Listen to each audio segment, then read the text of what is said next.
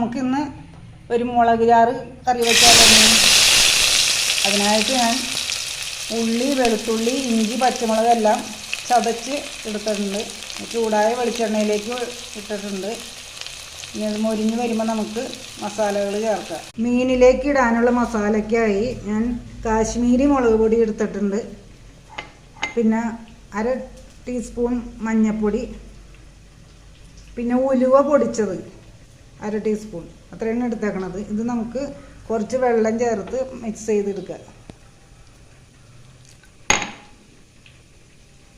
മൊരിഞ്ഞിട്ടുണ്ട്. ഇനി നമുക്ക് ഈ അരപ്പ് ഇതിനകത്തേക്ക് ചേർത്ത് കൊടുക്കാം.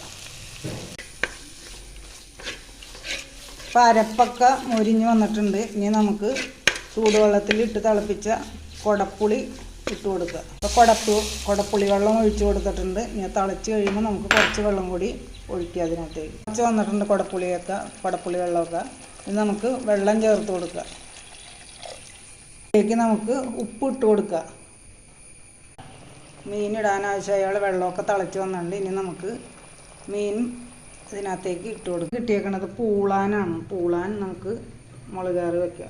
മീൻ നമുക്ക് ഇതിനകത്തേക്ക് ഓരോന്ന് ഇട്ട് കൊടുക്കുക. ഇട്ട് വെള്ളം ചാറൊക്കെ തിളച്ച് വരുന്നുണ്ട്. അപ്പോൾ ഇനി നമുക്ക് മൂടി വെച്ച് തീ താത്തിയിട്ടിട്ട് തിളപ്പിച്ചെടുക്കാം. ഇവിടെ കുറുകിയ ചാറോട് കൂടിയ മീൻകറി ഇവിടെ റെഡി ആയിട്ടുണ്ട്.